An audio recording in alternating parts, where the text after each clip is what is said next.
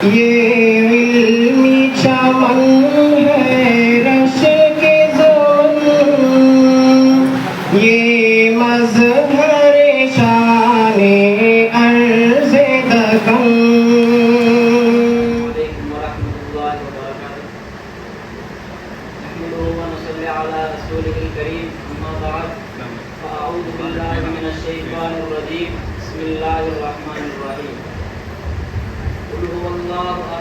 अल्लाहु समद लम यलिद वलम यूलद वलम यकुल लहु कुफुवन अहद सल्लल्लाहु अलैहि। ఈ రోజు నా ప్రసంగం పేరు తౌహీద్. తౌహీద్ అనేది ఇస్లామిక్ విశ్వాస వ్యవస్థలో అత్యంత ప్రాముఖ్యత గల మూల సూత్రం. ఇది అల్లాహ్ ఒక్కరే సర్వశక్తిమంతుడు, ఆయన సృష్టికర్త, పాలకుడు మరియు ఆరాధనకు అర్హుడు అని నమ్మడాన్ని సూచిస్తుంది. తౌహీద్ అంటే ఏకత్వం లేదా ఏకత్వ విశ్వాసం. ఇది మూడు ప్రధాన భాగాలను కలిగి ఉంటుంది. మొదటి భాగ్యం అలౌకిక ప్రభుత్వం. అల్లాహ్ అనేవాడు సృష్టికర్త, ప్రపంచాన్ని నిర్వహించేవాడు మరియు అన్ని క్రమాలను నియంత్రించేవాడు అని నమ్మడమే. సృష్టిలో ఏది ఆయన అనుమతి లేకుండా జరగదు. రెండో భాగ్యం ఆరాధన చేయడం.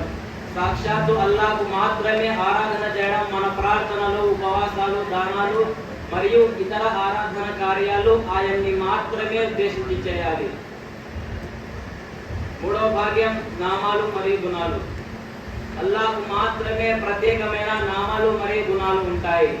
ఆయనకు సాటి లేదా సమానమైన వారు ఎవరు ఉండరు. ఖురాన్లో అల్లాహ్ తాలా ఈ విధంగా తెలియజేస్తున్నారు, లౌ కాన ఫీహిమా ఆలిహతున్ ఇల్లల్లాహు లఫసదతా. దీని అర్థం ఏమిటంటే, ఒకవేళ భూమి మరియు ఆకాశంలో అల్లాహ్ తప్ప వేరే దేవుళ్ళు ఉన్నచో ఈ ఆకాశం మరియు భూమి సర్వనాశనం అయిపోతాయి. మరొక చోట అల్లాహ్ తాలా ఖురాన్లో ఈ విధంగా తెలుపుతున్నారు, ఖుల్ హువల్లాహు అహద్. ప్రవక్త సల్లల్లాహు అలైహి వసల్లం గారు మీరు ఇలా తెలపండి, అల్లాహ్ ఒక్కడే. అల్లాహు సమద్, అల్లాహ్ ఎవరి ఆవశ్యకత లేనివాడు. లం యలిద్ వలం యూలద్, ఆయనకు ఎవరు పుట్టలేదు మరియు ఆయన ఎవరికి పుట్టలేదు. వలం యకుల్ లహు కుఫువన్ అహద్, ఆయనకు సమానమైన వారు ఎవరు లేరు. ముస్లిం సోదరులారా, తౌహీద్ అనేది మానవుల జీవితానికి స్పష్టతను, దిశను కల్పిస్తుంది. ఇది మనకు అల్లాహ్తో సంబంధాన్ని బలపరిచే గొప్ప సాధనం. అలాగే ఇది మానవ సమాజానికి శాంతిని, సమతావాదాన్ని మరియు సమగ్రతను అందిస్తుంది.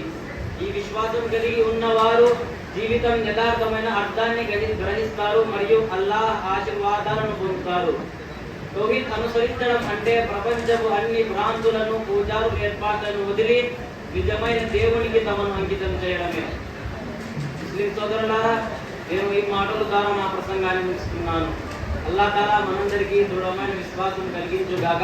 ఆమీన్. వాఖిరు దఅవానా అల్హమ్దులిల్లాహి రబ్బిల్ ఆలమీన్.